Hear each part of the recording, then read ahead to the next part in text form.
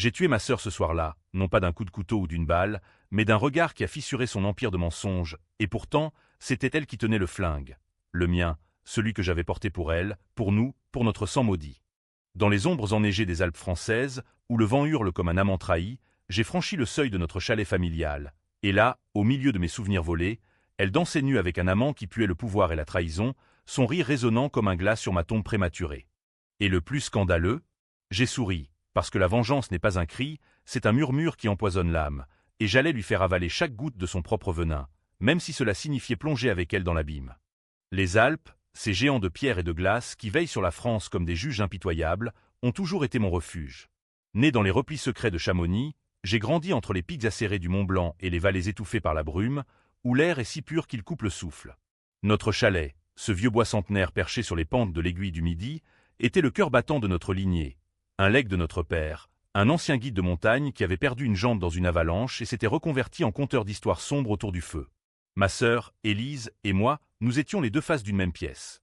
Elle, la lumière éclatante, la favorite, avec ses cheveux d'or et son sourire qui désarmait les tempêtes. Moi, Claire, l'ombre, la silencieuse, celle qui réparait les fêlures pendant qu'elle brisait les cœurs. Mais ce soir-là, le 15 décembre 2025, quand la neige tombait en lames effilées et que le lac gelé miroitait sous la lune comme un miroir brisé, tout cela n'était plus qu'un écho. J'avais passé 5 ans en prison, 5 ans à pourrir dans les geôles humides de Fresnes, près de Paris, pour un crime que je n'avais pas commis. Le meurtre de nos parents. Élise l'avait juré, les yeux embués de larmes devant le tribunal de Haute-Savoie, sa voix tremblante comme une corde de violon prête à rompre. C'est Claire, votre honneur. Elle haïssait papa pour ses absences, maman pour ses secrets. J'ai vu ses mains couvertes de sang ce matin-là, dans la cuisine du chalet. Les jurés, ces bourgeois de la région, avaient hoché la tête, séduits par sa beauté éthérée, par son chagrin si théâtral. Moi, j'étais la fille aigrie, l'héritière déshéritée, celle qui avait toujours été trop fière pour mendier l'amour. La vérité, Élise avait tout orchestré. Nos parents, ces fantômes vivants, avaient découvert son adultère avec un politicien local, un certain Laurent Duval, adjoint au maire de Chamonix, un homme marié dont la femme se pendait déjà au lustre de leur villa annécienne. La dispute avait éclaté un matin d'octobre 2020, dans la cuisine enfumée du chalet. J'étais arrivé la première, alerté par un appel paniqué de maman. « Claire, viens vite. » Élise. Elle a perdu la tête. Quand je franchis la porte, papa gisait par terre, une tasse de café renversée formant une mare rougeâtre. Non, ce n'était pas du sang, mais du jus de betterave qu'Élise avait renversé pour maquiller la scène. Maman, ligotée à une chaise, les yeux exorbités, balbutiait.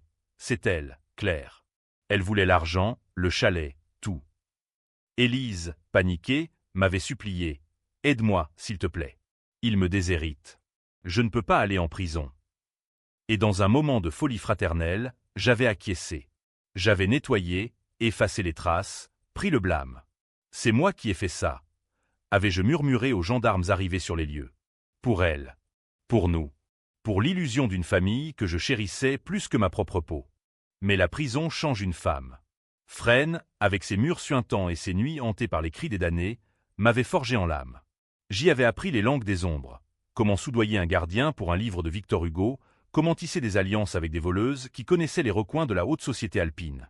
Et surtout, j'y avais découvert le dossier enfoui, un rapport médical falsifié par Duval lui-même, prouvant que Élise avait empoisonné nos parents avec de la digitale cueillie dans les jardins du chalet, une plante mortelle que notre mère adorait pour ses fleurs violettes.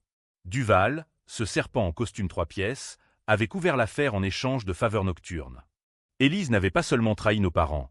Elle m'avait sacrifié sur l'autel de son ambition, vendant le chalet à un fonds d'investissement pour le transformer en gîte de luxe, et s'était installée là comme une reine déchue. Libérée sur parole ce jour-là, après un appel en grâce signé par un avocat pro bono que j'avais convaincu avec des lettres enflammées, je n'avais qu'un sac à dos et une rage qui bouillonnait comme le vin nouveau. Le train de nuit de Paris à Chamonix m'avait déposé à la gare gelée, où le froid mordait les os. J'avais marché 2 heures dans la nuit, mes bottes crissant sur la neige, jusqu'au chalet. Les lumières filtraient à travers les volets, et une musique jazzy, du Piaf revisité en électro, pulsait comme un cœur corrompu. La porte n'était pas fermée à clé. Typique d'Élise. Elle avait toujours cru que le monde lui appartenait, que les serrures étaient pour les parias. Je poussai le battant, et l'odeur me frappa. Un mélange de bois de santal, de vin rouge et de sueur masculine. Le salon, autrefois tapissé de photos jaunies de nos randonnées d'enfance, était maintenant un bordel chic. Tapis persan volé à maman, un bar en acajou où trônaient des bouteilles de Château Margaux, et au centre, un lit king size improvisé sur le tapis, où Élise se trémoussait, nue, sur les genoux d'un homme. Pas n'importe lequel. Duval, les cheveux grisonnants plaqués en arrière, son costume froissé comme sa réputation. Il ne m'avait pas vu. Élise riait, ses seins ballottant au rythme de la musique, ses ongles rouges griffant le dos de son amant. Oh, Laurent, imagine si Claire revenait. Elle nous maudirait depuis sa cellule.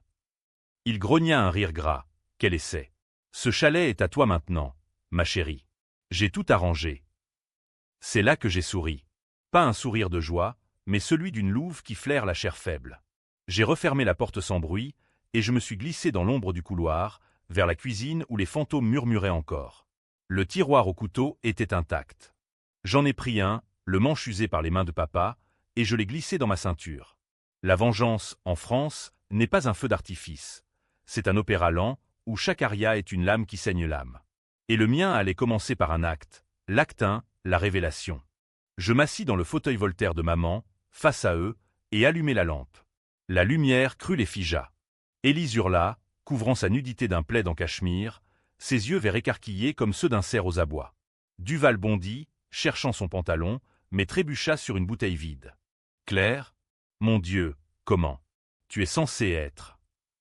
Sa voix se brisa, un mélange de peur et de calcul. Élise, reprenant son masque de victime, murmura « Claire, ma chérie, c'est un malentendu. Viens, embrassons-nous. Tu es libre maintenant. » Elle s'approcha, les bras tendus, mais je levai la main, et le couteau scintilla sous la lampe. Libre? Oh, Élise, je l'ai été pendant 5 ans, à ronger les barreaux en pensant à toi. À ce chalet que tu as pillé comme une prostituée son bordel. Regarde autour de toi, les photos de papa, brûlées dans la cheminée, le piano de maman, revendu à un touriste américain. Ma voix était calme, un filet de vinyle rayé, mais dedans bouillonnait la tempête. Duval, rhabillé à la va-vite, tenta l'approche diplomatique. « Mademoiselle, je suis Laurent Duval. Nous pouvons discuter. » Le notaire. « Ta gueule, Duval. Je sais pour la digitale.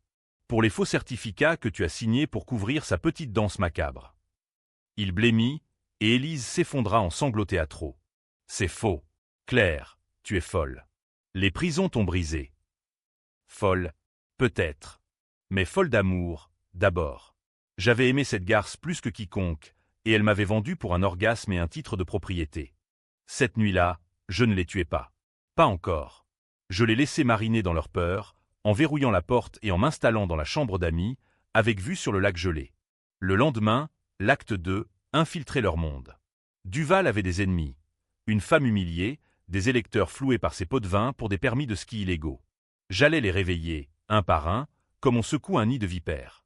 Et Élise, elle allait découvrir que le sang, une fois versé, ne se lave pas avec du Chanel numéro 5. Les jours suivants furent un ballet macabre. Je feignis la réconciliation, café brûlant au petit matin, où je glissais des questions empoisonnées sur leur projet pour le chalet.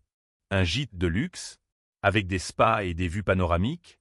Élise, tu as toujours su monétiser la douleur. Elle riait, nerveuse, me servant du thé à la menthe, empoisonné? Non, juste amer comme notre lien. Duval, lui, tentait de m'acheter 10 000 € pour que tu partes. 20, si tu signes un NDA. Je refusai, préférant fouiller son téléphone pendant qu'il dormait, ivre de cognac. Les messages étaient un trésor. Rendez-vous avec des promoteurs véreux, photos compromettantes d'Élise en tenues indécentes lors de galas à Genève. Et un fil rouge, un compte offshore à Monaco, alimenté par la vente du chalet, où transitaient les fonds volés à nos parents. Mais la trahison d'Élise allait plus loin. Une nuit, en fouillant sa chambre, un antre de soieries et de secrets, je trouvai une boîte en ébène, gravée de nos initiales d'enfance. Dedans, non pas des lettres d'amour, mais des lettres de chantage. Papa avait découvert son affaire avec Duval des mois avant la dispute fatale. Il l'avait confrontée, menaçant de la déshériter publiquement. Et maman? Elle savait pour une autre liaison, plus sombre. Élise avait couché avec notre oncle, un prêtre défroqué de Lyon, pour obtenir un prêt ecclésiastique qui avait ruiné la paroisse. Les secrets s'empilaient comme la neige. Élise n'était pas la victime. Elle était le poison incarné, une vipère qui changeait de peau à chaque lune. Je décidai alors de l'acte 3, la division. Envoyer anonymement les preuves à la femme de Duval, une certaine Sophie, une avocate de droit des femmes à Annecy. Un colis discret, photo, relevé bancaire, une mèche de cheveux d'Élise, un trophée macabre que j'avais coupé pendant son sommeil. Sophie mordit à l'hameçon. Le lendemain, Duval reçut un appel qui le fit blêmir. Divorce immédiat, avec demande de dommages pour adultère et corruption. Il hurla sur Élise. « C'est ta faute, salope. Tu m'as promis que c'était clean. » Elle pleura, mais ses larmes étaient des perles de crocodile. Moi, j'observais depuis les combles, un verre de Calvados à la main, savourant le premier craquement de leur façade. Pourtant, au milieu de cette danse funèbre, un doute me rongeait. Étais-je vraiment innocente? En couvrant Élise ce matin-là, n'avais-je pas versé le premier poison? La prison m'avait-elle rendu pire qu'elle? Ces questions, dans l'air alpin chargé de pain et de regrets, me hantaient comme les loups qui hurlaient aux abois de la nuit. Mais la vengeance ne tolère pas les faiblesses. L'acte 4 approchait, la confrontation publique, lors du gala de Noël de la mairie, où Duval devait annoncer l'extension du domaine skiable sur les terres du chalet. Le gala se tenait dans la salle des fêtes de Chamonix, un bastion de bois sculpté et de lustres en cristal qui pendaient comme des glaçons prêts à fondre. L'air embaumait le fondu et le vin chaud, mais sous les rires mondains couvait la pourriture des petites trahisons alpines. Promoteurs qui rachetaient les âmes pour un forfait de ski, politiciens qui échangeaient des voix contre des lits en plumes d'oie. J'avais revêtu une robe noire prêtée par une voisine complice. Une veuve qui haïssait Duval pour avoir ruiné son mari dans une affaire de terrain. « Fais-les saigner, ma fille », m'avait-elle soufflé en me maquillant les lèvres d'un rouge sang. Élise était là, radieuse en fourreau émeraude, accrochée au bras de Duval comme une liane parasitaire. Elle ne m'avait pas vu entrer. J'avais pris place au fond, près des serveurs, un masque vénitien couvrant la moitié de mon visage. Une tradition du carnaval alpin, mais pour moi, un voile de vengeance. Duval monta sur l'estrade, micro en main, son discours huilé comme un revolver. « Chers amis, ce soir marque un tournant pour Chamonix. Grâce à des partenariats visionnaires. » La foule applaudit, mais je vis Sophie, au premier rang, ses yeux d'acier rivés sur lui, un dossier serré contre sa poitrine. C'est alors que je frappai. Un serveur, que j'avais payé 100 € pour le service, glissa une enveloppe Kraft dans les mains de Sophie. Elle l'ouvrit, et son visage se durcit. Sans un mot, elle se leva, traversa la salle comme une furie en talons, et jeta le dossier sur l'estrade. Visionnaire? Voleur, plutôt. Voici les preuves de tes malversations, Laurent. Et ces photos. Avec cette pute qui a détruit ma vie. La salle s'immobilisa, un silence de tombeau. Duval balbutia. Sophie, chérie, c'est un malentendu. Mais elle gifla le micro. Malentendu? Comme le chalet volé à une innocente, envoyée en prison pour couvrir tes crimes. Élise pâlit, se détachant de Duval comme une ombre fuyant la lumière. Elle me chercha du regard, et nos yeux se croisèrent à travers la foule. Dans les siens, pas de regret, mais une lueur de défi. La même que ce matin fatal, quand elle m'avait supplié de mentir. Je souris sous mon masque, et hochai la tête. Le chaos éclata. Murmures, flash de téléphone, un journaliste local de Le Dauphiné libéré bondissant pour une interview.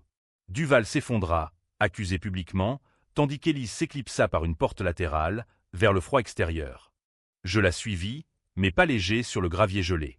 Elle courait vers le chalet, à pied, ses escarpins claquant comme des os brisés. « Élise! Attends !» criai-je, feignant la sœur éplorée. Elle se retourna, haletante, les joues striées de mascara. « Claire, aide-moi encore. Une fois de plus. Duval va tout nier, mais toi, tu peux témoigner. Dire que c'était un complot de Sophie. » Sa voix était un miaulement, un appel au passé où j'étais sa complice. Je m'approchai, et pour la première fois, je vis la fêlure. Sous son maquillage, des rides prématurées, des cernes d'une vie rongée par la peur d'être démasquée. Testifier? Pour toi. Je ris, un son rauque comme le vent dans les sapins. Tu m'as envoyé en enfer pour tes coucheries et tes rêves de grandeur. Le chalet, Élise, c'était à nous deux. Papa l'avait légué équitablement, mais tu as falsifié le testament avec Duval, en le noyant dans le champagne. Elle recula, trébuchant sur une racine cachée par la neige. C'était pour nous. Pour une vie meilleure. Tu étais si terne, incapable de profiter. Terne, j'avais gravi le Mont Blanc seul, à 18 ans, pour prouver que je valais plus que son ombre. Mais elle avait toujours vu en moi un bouclier, pas une sœur. Nous rentrâmes au chalet en silence, le poids de la nuit nous écrasant. Duval appela 10 fois, suppliant Élise de revenir, mais elle ignora son téléphone, se versant un verre de notre vieux Armagnac. Assise face à face devant la cheminée, les flammes dansant comme des démons, elle craqua enfin. « Claire, il y a plus. Maman. » Elle n'était pas innocente non plus. Le twist mineur. Maman avait un amant, un artiste parisien, et Élise l'avait surpris, menaçant de tout révéler à papa. C'est pour ça qu'elle voulait me déshériter. Pas seulement Duval. Un secret choyé, un autre mensonge. Mais cela ne changeait rien. Élise avait pressé le bouton fatal. Les jours suivants, le scandale enfla comme une avalanche. Les journaux titraient « Corruption au cœur des Alpes, l'adjoint de Chamonix impliqué dans un meurtre familial ». Duval fut suspendu, interrogé par la gendarmerie. Sophie, triomphante, lança une pétition pour ouvrir mon affaire. Moi, je jouais la veuve éplorée aux obsèques symboliques de notre innocence perdue, mais en privé, je tissais la toile plus serrée. J'envoyais des copies des lettres de chantage à notre oncle, le prêtre défroqué, qui, rongé par la culpabilité, contacta un procureur à Lyon. Votre sœur a ruiné des âmes, Claire. Faites-la payer. Élise, acculée, changea de tactique, la séduction. Une nuit, elle s'invita dans ma chambre, vêtue d'une nuisette transparente, un verre de vin à la main. Souviens-toi de nos étés, Claire. Quand on se baignait nu dans le lac, quand on se jurait fidélité éternelle. Ses doigts effleurèrent mon bras, et je sentis le frisson, pas de désir, mais de dégoût mêlé à un écho d'amour perdu. Fidélité? Tu l'as piétinée pour un politicien bedonnant. Elle se colla contre moi, ses lèvres frôlant mon oreille. Et si on fuyait? Toi et moi, à Paris, recommencer. J'ai de l'argent à Monaco. La tentation fut là, un instant, comme un vertige au bord du précipice. Mais je la repoussai, et dans la lutte, le couteau tomba dessous l'oreiller. Ses yeux s'écarquillèrent. Tu allais me tuer. Non, pas encore. Mais l'idée plana, lourde comme la neige sur les branches. Pas tuer, Élise. Juste équilibrer la balance. Elle s'enfuit en pleurs, et le lendemain, Duval revint, armé de fureur et d'un chèque. Prends ça et disparais, ou je te fais interner pour folie. Folie? En France, la folie est un art, un refuge pour les artistes maudits comme Artaud. Mais moi, j'étais lucide. L'acte 5 se profilait, le cœur du opéra, où la diva tombe de son piédestal. Pourtant, au milieu de cette spirale, un amour naquit dans l'ombre, ou du moins, une alliance. La voisine, Marguerite, cette veuve aux yeux de braise, m'avoua un soir, autour d'un feu de tourbe, j'ai perdu mon mari à cause de Duval. Mais toi, Claire, tu es comme une fille pour moi. Ses mains, calleuses de tricot, serrèrent les miennes, et pour la première fois depuis la prison, je sentis une chaleur autre que la haine. Était-ce le début d'une rédemption? Ou juste un autre fil dans la toile? Les Alpes ne pardonnent pas les faiblesses, elles les ensevelissent.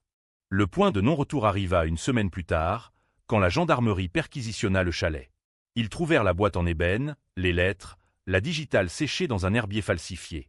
Élise fut emmenée, menottée, hurlant mon nom comme une malédiction. Duval, en fuite vers l'Italie, fut intercepté à Modane. Et moi, interrogé comme témoin clé, je jouais mon rôle à la perfection, la sœur brisée, prête à pardonner. Mais dans les couloirs froids de la brigade, un inspecteur me glissa. « Mademoiselle, votre alibi ce matin-là. Il tient sur un fil. Vous étiez bien là. » Le doute s'insinua, venimeux. Et si Élise avait raison? Et si j'avais, inconsciemment, poussé la tasse, versé le poison? Non. La vengeance exige la clarté. Et le climax approchait. Le procès, non pas le leur, mais le nôtre, un duel de sœurs sous les yeux du monde alpin. Le tribunal de Haute-Savoie, niché dans les flancs verdoyants d'Annecy, n'était pas un palais de justice comme ceux de Paris, avec leurs colonnes néoclassiques et leurs échos de révolution. Non, c'était une bâtisse modeste, aux murs blanchis à la chaux, où les juges sentaient le fromage et les alpages, et où les accusés étaient souvent des bergers querelleurs ou des skieurs imprudents. Mais pour nous, Élise et moi, ce fut le théâtre d'un drame racinien. Phèdre revisité, avec des chênes au lieu de passions incestueuses, et la montagne pour cœur impitoyable. Le procès s'ouvrit par un matin de janvier 2026, sous un ciel plombé qui promettait la tempête. La salle était bondée, journalistes de France Bleu Pays de Savoie, voisine au foulard brodé, et même notre oncle, le prêtre, assis au fond, son col romain froissé comme sa foi. Duval, en costume gris, plaida coupable pour corruption mineure, un deal pour éviter le meurtre, mais Élise? Elle nia tout, son avocat, un requin parisien aux lunettes fumées, la dépeignant en victime collatérale. Ma cliente a été manipulée par cet homme et trahie par sa propre sœur, qui, jalousée, ourdit une vengeance mesquine. J'étais cité comme témoin principal, et quand mon tour vint, je montai à la barre en robe grise, austère comme un habit de nonne. Le juge, un vieil homme aux rides comme des crevasses glaciaires, me fixa. « Mademoiselle Lefebvre, relatez les faits de ce matin d'octobre 2020. » Je parlais, voix claire comme un torrent, le coup de fil de maman, l'arrivée au chalet, le corps de papa, les aveux d'Élise. Elle m'a supplié de mentir. J'ai accepté, par amour fraternel. Mais l'amour a ses limites. La salle retint son souffle. Élise, de l'autre côté, me fusilla du regard, ses lèvres tremblant comme si elle voulait cracher du venin. Puis vint son tour. Elle se leva, gracieuse même en menottes, et raconta sa version. Un complot ourdi par moi, la sœur aigrie, qui haïssait nos parents pour leur préférence envers elle. Claire a toujours été violente. Elle a frappé papa lors d'une dispute, et maman. C'était un accident. J'ai couvert pour elle, par pitié. Un mensonge si audacieux qu'il fit grincer les dents du public. L'avocat de Duval, sentant le vent tourner, lâcha une bombe. Des enregistrements audio, falsifiés, ou ma voix synthétisée. Confessait le meurtre à un complice imaginaire. La salle explosa en murmures. Le juge réclama le silence, mais le doute était semé. Étais-je la victime ou la marionnettiste? Dehors, après l'audience, la presse me traqua. Claire Lefebvre, innocente ou vengeresse? Un titre de Libération titra même « Fratricide alpin, la frontière entre amour et haine ». Les Alpes, ces commères de pierre, amplifiaient tout, des rumeurs de mon implication dans une secte montagnarde, d'un amant secret qui m'aurait armé le bras. Marguerite, ma voisine, me défendit bec et ongles, distribuant des tracts « Justice pour Claire ». Mais Élise, en cellule provisoire, m'envoya une lettre. « Tu gagnes cette manche, mais le jeu n'est pas fini. Souviens-toi de notre serment, 100%. » Le serment, un pacte d'enfance, gravé sur l'écorce d'un mélèze, toujours ensemble, contre le monde. Le procès s'étira sur des semaines, un supplice de goutte à goutte.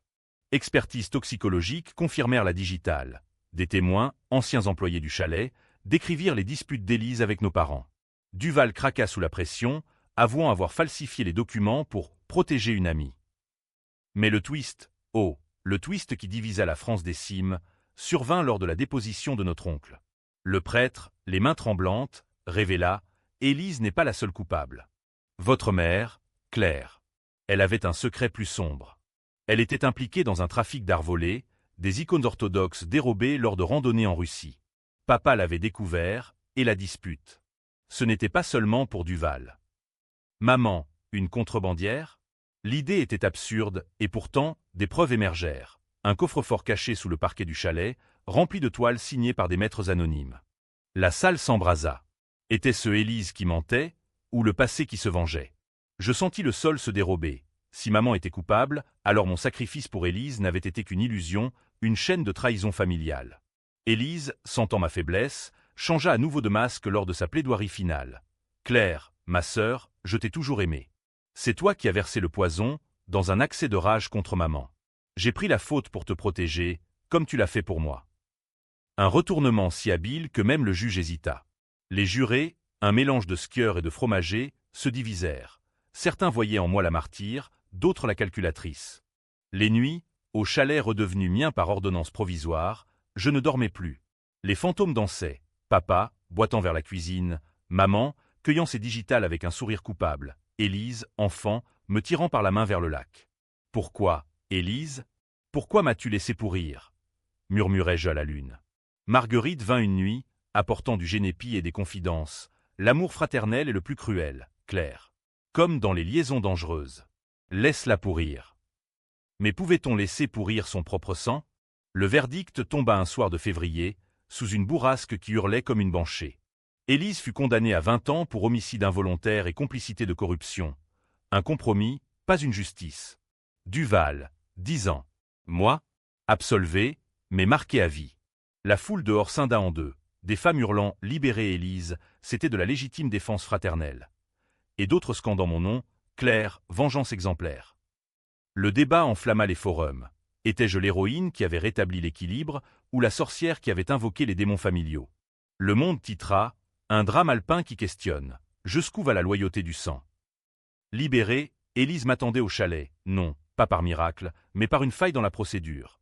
Remise en liberté conditionnelle pour bonne conduite, grâce à un appel de Duval depuis sa cellule. Elle était là, sur le seuil, un manteau de laine sur les épaules, les cheveux coupés courts comme une pénitente. « Claire, pardonne-moi. On recommence. » Sa voix était un chant de sirène, mais ses yeux brillaient d'un feu nouveau, la haine. C'est là que l'acte final s'amorça, non au tribunal, mais dans l'intimité enneigée. Elle avait un plan, bien sûr, Un complice, un ancien amant de Genève, prêt à témoigner que j'avais tout manigancé. Tu as gagné le procès, mais pas la guerre, murmura-t-elle en entrant, un thermos de vin chaud à la main. Nous bûmes, face à face, et le poison au réel, cette fois, fut versé. Pas par moi. Par elle. Mais j'avais anticipé. L'antidote, glissé dans ma poche par Marguerite, sauva ma vie. Élise s'effondra, convulsionnant, et dans ses derniers souffles, elle cracha la vérité ultime. C'était moi. Pour l'héritage. Mais toi, tu as tué papa. Ton coup de poing l'a achevé. Le twist, un coup de poing, lors de la dispute, que j'avais donné en défendant maman. Pas mortel, mais contributif. Étais-je innocente? À 50%. Le débat s'enflamma, coupable partiel ou victime totale. Tandis qu'elle agonisait, je la serrais contre moi, nos sangs se mêlant sur le tapis. 100%, murmurai-je. Elle mourut en souriant, libérée. La mort d'Élise ne fut pas un meurtre, du moins pas aux yeux de la loi. L'autopsie parla d'un suicide assisté par empoisonnement mutuel, un verdict flou que les procureurs alpins, las des drames familiaux, laissèrent filer. Duval, apprenant la nouvelle en cellule, se pendit avec sa ceinture, un geste théâtral qui ferma le chapitre, mais pas les plaies. Moi, j'héritais du chalet, pleinement cette fois, par un testament retrouvé dans les archives notariales. Papa avait tout prévu, en cas de trahison. Pour Claire, la gardienne des ombres, y lisait-on. Ironie cruelle, j'étais devenue la gardienne d'un tombeau. Les mois suivants furent un exil intérieur. Chamonix, ce village de cartes postales, se referma sur moi comme une gangue de glace. Les voisins chuchotaient. C'est elle, la sœur qui a laissé mourir l'autre. Marguerite, ma seule ancre, m'emmenait randonner, ses bâtons claquant sur les sentiers verglacés. La vengeance est un vin âpre, clair. Il laisse un arrière-goût de cendre. Nous parlions des classiques français, Madame Bovary pour les illusions perdues, Les Misérables pour les injustices, et peu à peu, une tendresse naquit, non passionnée, mais solide comme le granit alpin. Était-ce de l'amour? Ou juste la survie, drapée de tendresse? Mais les fantômes ne dorment pas. Une nuit de mai, alors que les Edelweiss perçaient la neige résiduelle, un visiteur inattendu frappa à ma porte. Sophie Duval, l'ex-femme, désormais veuve de fait. Elle apportait non pas la haine, mais un dossier. Claire, j'ai fouillé les comptes de Laurent. Il y a plus. Votre mère. Elle n'était pas une simple contrebandière. Elle travaillait pour un réseau international, finançant des séparatistes corses avec les ventes d'art. Le secret de maman, plus profond qu'un lac glaciaire. Élise l'avait su, et l'avait utilisé pour la faire chanter, d'où le poison. Mais pourquoi m'avoir sacrifié? Parce que tu étais le bouclier parfait, Claire. L'innocente. Sophie et moi allâmes à Paris, dans les sous-sols du Louvre, où un conservateur corrompu confirma. Des icônes volées, passées par Chamonix comme par un col fantôme. Le réseau impliquait des figures hautes, un ministre, un banquier. Publier cela, ce serait une bombe, divisant la France entre réformistes et conservateurs. Fais-le, me pressa Sophie, pour venger ta mère et Élise. Venger Élise? L'idée me révulsa, mais une part de moi, la sœur éternelle, acquiesça. Nous publiâmes anonymement, via un blog crypté, Les Ombres des Alpes, trafic d'art et fratricide politique. Le scandale éclata en juin, synchronisé avec le solstice, quand le soleil ne se couche jamais vraiment. Le Figaro hurla, complot au sommet, Chamonix, porte d'entrée des voleurs d'héritage français. Des arrestations suivirent, le ministre démissionna, le banquier se suicida dans sa baignoire de l'avenue Foch. Moi, protégé par l'anonymat, mais traqué par des ombres, des agents, des vengeurs. Une nuit, une voiture noire bloqua le chemin du chalet. Des hommes en costard me sommèrent. Oublie tout, ou ton chalet brûle. Je refusai, barricadant les portes avec des meubles centenaires. Marguerite et Sophie formèrent mon conseil de guerre, l'une pour le cœur, l'autre pour l'épée.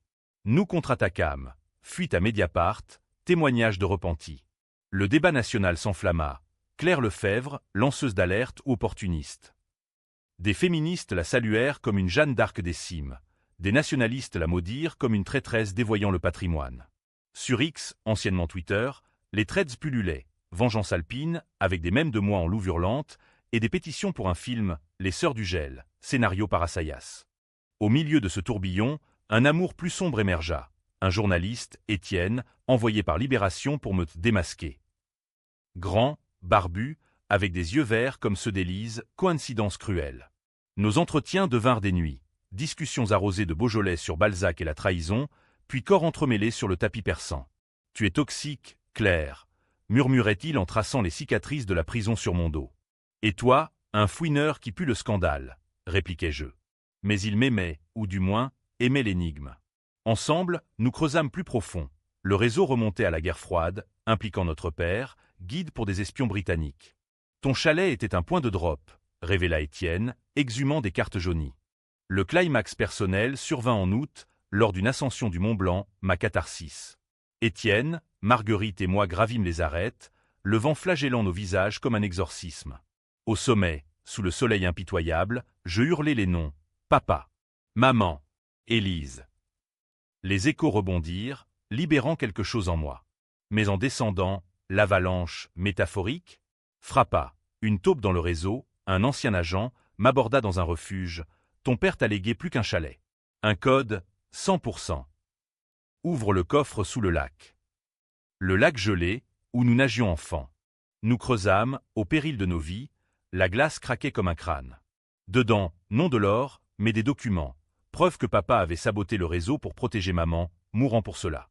Élise l'avait su, et l'avait achevé pour l'héritage.